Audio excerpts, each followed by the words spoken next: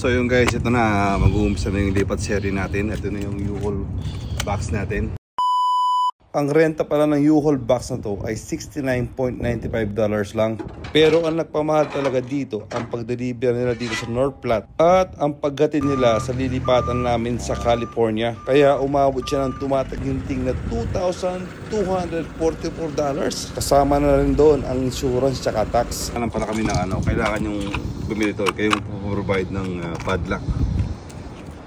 Actually, mas makakamura sana kami kung ganito yung ginawa namin, na kami na lang yung magtuto, tihilahin namin sa sasakyan namin. Pero mas pinili na lang namin, sila na lang ang mag-deliver sa amin para mas safety yung long drive namin. Ito nga pala ang eksaktong sukat ng U-Haul box sa loob. May haba o length siya na 95 inches at may lapad o width siya na 56 inches.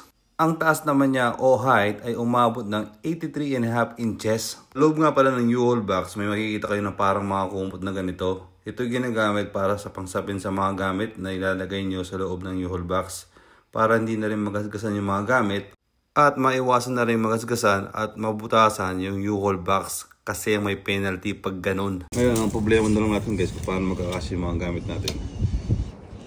Let's go. So yun guys, ito yung mga na-impake na namin dito. Yan. Sobrang kalat na ng bahay. Ito pa sana magkasya lahat. Wala pa yung higaan yan. Hindi namin alam kung madadala pa namin yung higaan. Parang gamit dito guys. Oh. Hirap maglipat. Hindi pala ako dito mattress bag. So ibabalot natin siya ng plastic para hindi siya ganong madumihan. Sana yung vacuum na pwede compress yung mattress. Kaya lang wala.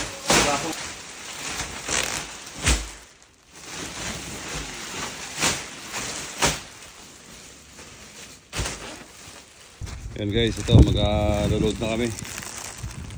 Yan, sama ko si Darren. Sana magkasya lahat. 24 hours lang pala ang binigay na palugit sa amin nung landlord ng apartment para mag-park yung U-Haul box namin dito. Kaya inumpisan kagad namin ni Darren para maisalansan at may karga namin ng maayos. Siyempre katuwang din namin ng mga supportive naming asawa. Si Commander at saka si Pate ang nagbibideo. Kasabay din pala namin si Darren at Pate sa paglipat papuntang California. Actually, marami nag-aalok na gustong tumulong sa amin, yung mga kababayan natin dito sa North Platte. Maraming salamat sa inyo mga kabayan. Pero mas pinili ko na lang hindi sila tawagan kasi kayang-kaya naman. Hindi naman kami gano'n nahirapan maghakot. Medyo mahirap nga lang talaga dito yung pagsasalansan. At kung paano namin pagkakasayin lahat yung mga gamit namin kasi sobrang dami. Buti nga lang pala, meron kami itong wagon na pinamana pa sa akin ni parang Rainier bago siya umalis dito sa North Platte. Ang laking tulong, mas napadali ang paghakot namin. You know! Dito talaga kami medyo nahirapan na part, ang pagsasalansan. Para kami naglalaro ng Tetris, level 10. Kailangan talaga maayos ang kamada para mapuno namin siya ng maayos at hindi mag-collapse. Sobrang dami kasi namin talagang gamit. Actually, yung iba, dinonate namin sa mga Salvation Army. Yung iba, tinapon na namin.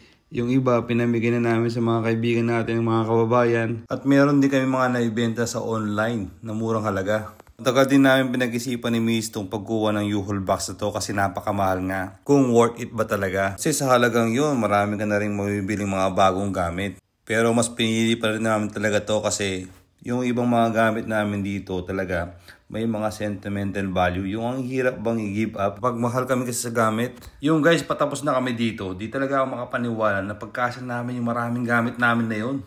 Depende na talaga sa pagkakamada kung paano mo aayusin. Eto na nga pala guys yung kinabukasan bago nila kunin yung U-Haul. Ang dami pa namin nailagay. Naisakay pa namin yung bike na balak ko na sanang iwan. At ang dami pa namin saksak dyan para hindi siya umalog-alog. At madadala pa rin namin yung isa naming mattress foam. Ayan yan ang ipangsasara namin ngayon para edge to edge yung foam para hindi siya umalog-alog. Dagdag suporta, di ba? Ang galing! Di kami talaga makapaniwala ng dalawa ng bisis na napagkasya namin lahat yung mga gamit na yon. Kasi kung titingnan mo talaga yung U-Haul box, parang ang liit, parang hindi magkakasya. Pero pumasok lahat. Ayos! Bali 2 to 3 weeks pala ang dating nitong U-Haul na to sa California. At mauuna pa kami sa kanya. Todo na yung advertise ko dito sa U-Haul na to. Yuhol, baka naman. Yung mga kababayan natin na nandito sa US na balak maglipat, sana may napulot kayong konting nonsense video sa akin. Salamat!